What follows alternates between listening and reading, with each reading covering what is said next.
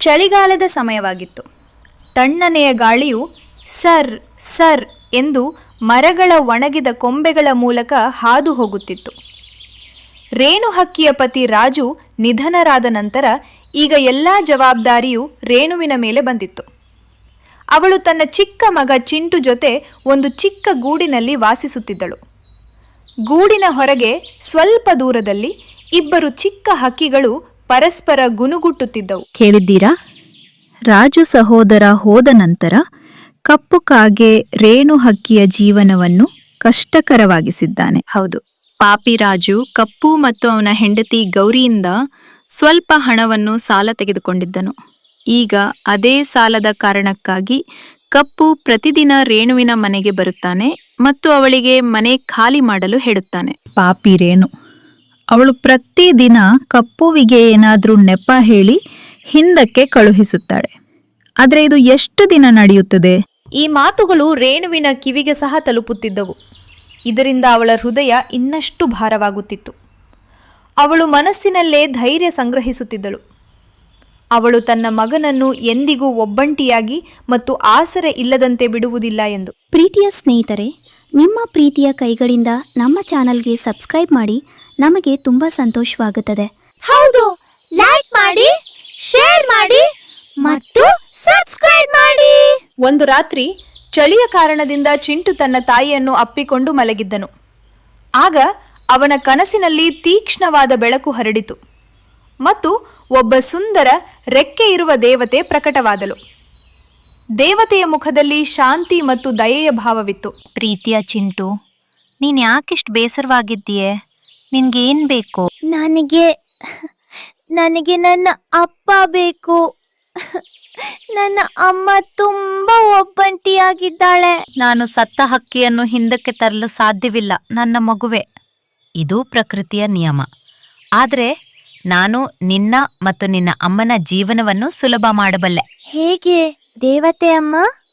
ನೀನು ನಿದ್ದೆಯಿಂದ ಎದ್ದಾಗ ಕಾಡಿನ ಕೊನೆಯ ಭಾಗದಲ್ಲಿರುವ ಒಂದು ಹಳೆಯ ಆಲದ ಮರದ ಹತ್ತಿರ ಇರುವ ಒಂದು ಗುಹೆಗೆ ಹೋಗು. ಆ ಗುಹೆಯಲ್ಲಿ ನೆಲದ ಮೇಲೆ ಒಂದು ವಿಶೇಷ ಗುರುತು ಇದೆ. ಅಲ್ಲಿ ಆಳವಾಗಿ ಅಗೆಯಿರಿ. ನಿನಗೆ ಅದರೊಳಗೆ ಒಂದು ಪವಾಡದ ಪೆಟ್ಟಿಗೆ ಸಿಗುತ್ತದೆ. ಅದರಲ್ಲಿ ಹೊಳೆಯುವ ಚಿನ್ನದ ನಾಣ್ಯಗಳಿವೆ. ಇದು ನಿನ್ನ ಶ್ರಮ ಮತ್ತು ಪ್ರಾಮಾಣಿಕತೆಯ ಫಲವಾಗಿರುತ್ತದೆ. ಆದರೆ ನೆನಪಿಡು, ಈ ಖಜಾನೆಯನ್ನು ಕೇವಲ ಒಳ್ಳೆಯ ಕೆಲಸಕ್ಕಾಗಿ ಬಳಸಬೇಕು. ಇಷ್ಟು ಹೇಳಿ ದೇವತೆ ಮಾಯವಾದಳು ಮತ್ತು ಚಿಂಟುಗೆ ನಿದ್ದೆಯಿಂದ ಎಚ್ಚರವಾಯಿತು. ಬೆಳಗ್ಗೆ ಆಯಿತು. ಸೂರ್ಯನ ಸೌಮ್ಯ ಕಿರಣಗಳು ಗೂಡಿನೊಳಗೆ ಬಂದವು. ಚಿಂಟು ತಕ್ಷಣ ಎದ್ದು ಮತ್ತು ತನ್ನ ತಾಯಿ ರೇಣುವಿಗೆ ರಾತ್ರಿಯ ಕನಸಿನ ಬಗ್ಗೆ ಎಲ್ಲವನ್ನೂ ಹೇಳಿದನು. ಅಮ್ಮ ಅಮ್ಮ, ಬೇಗ ನಡೀರಿ. ಖಜಾನೆ ಎಲ್ಲಿದೆ ಎಂದು ದೇವತೆ ನಮ್ಗೆ ಹೇಳಿದ್ದಾಳೆ. ಅಯ್ಯೋ ನನ್ನ ಪ್ರೀತಿಯ ಮಗುವೆ, ಇದು ಕೇವಲ ಒಂದು ಕನಸಾಗಿತ್ತು. ನೀನು ಮಗು, ಇಂತಹ ಕನಸುಗಳನ್ನು ನಂಬಬಾರದು. ಇಲ್ಲ ಅಮ್ಮ, ದೇವತೆ ನಿಜವಾಗಿದ್ದಳು. ದಯವಿಟ್ಟು ಅಮ್ಮ, ಕೇವಲ ಒಂದು ಬಾರಿ ನನ್ನೊಂದಿಗೆ ನಡೆಯಿರಿ. ನಾವು ಸಾಲ ತೀರಿಸಬೇಕು. ಮಗನ ಕಣ್ಣುಗಳಲ್ಲಿ ನಿಜವಾದ ಆಸಕ್ತಿಯನ್ನು ನೋಡಿ ರೇಣುವಿನ ಹೃದಯ ಕರಗಿತು. ಅವಳು ಚಿಂಟುವನ್ನು ಕರೆದುಕೊಂಡು ಕಾಡಿನ ಕೊನೆಯಲ್ಲಿರುವ ಹಳೆಯ ಗುಹೆಯ ಕಡೆಗೆ ಹೊರಟಳು. ಗುಹೆಯೊಳಗೆ ತಂಪು ಮತ್ತು ತೇವಾಂಶವಿತ್ತು. ಚಿಂಟು ತನಗೆ ಯಾವ ಜಾಗದಲ್ಲಿ ಗುರುತು ಕಾಣಿಸಿದೆ ಎಂದು ತಿಳಿಸಿದನು. ನೋಡು, ಒಂದು ವೇಳೆ ಇಲ್ಲಿ ಏನು ಸಿಗದಿದ್ರ ನೀನು ಮತ್ತೆಂದೂ ಇಂಥ ಹಠ ಮಾಡಬಾರ್ದು. ರೇಣು ಶ್ರಮದಿಂದ ನೆಲವನ್ನು ಅಗೆಯಲು ಶುರು ಮಾಡಿದಳು. ಸ್ವಲ್ಪ ಸಮಯದ ನಂತರ ಅವರ ಕಣ್ಣು ಒಂದು ಮರದ ವಸ್ತುವಿಗೆ ತಗುಲಿತು. ಅಮ್ಮ ನೋಡಿ, ಇದು ಅದೇ ಪೆಟ್ಟಿಗೆ. ರೇಣು ಬಹಳ ಕಷ್ಟಪಟ್ಟು ಆ ಹಳೆಯ ಮತ್ತು ಭಾರವಾದ ಪೆಟ್ಟಿಗೆಯನ್ನು ಹೊರತೆಗೆದಳು. ಅವರು ಅದನ್ನು ತೆರೆದಾಗ ಅವರ ಕಣ್ಣುಗಳು ಮಿಂಚಿದವು. ಪೆಟ್ಟಿಗೆಯೊಳಗೆ ಹೊಳೆಯುವ ಚಿನ್ನದ ನಾಣ್ಯಗಳ ರಾಶಿ ಇತ್ತು. ಹೇ ಭಗವಂತ, ಇದು ನಿಜ. ಚಿಂಟು, ನೀನ್ ನಮ್ಮ ಅದೃಷ್ಟವನ್ನೇ ಬದಲಾಯಿಸ್ಬಿಟ್ಟೆ. ಮರುದಿನ ಪ್ರತಿದಿನದಂತೆ ಕಡಾಯಿಯಂತಹ ದೇಹವನ್ನು ಹೊಂದಿದ್ದ ಕಪ್ಪು ಕಾಗೆ ಮತ್ತು ಅವನ ತೀಕ್ಷ್ಣ ಸ್ವಭಾವದ ಹೆಂಡತಿ ಗೌರಿ ರೇಣುವಿನ ಮನೆಗೆ ಬಂದರು. ಕಪ್ಪುವಿನ ಕಣ್ಣುಗಳಲ್ಲಿ ಎಂದಿನಂತೆ ಕೋಪ ಮತ್ತು ದುರಾಸೆ ಇತ್ತು. ರೇಣು, ನಿನ್ನ ನೆಪಗಳು ಸಾಕು.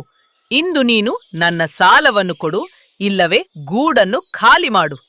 ಗೌರಿ, ಸಿದ್ಧತೆ ಮಾಡು.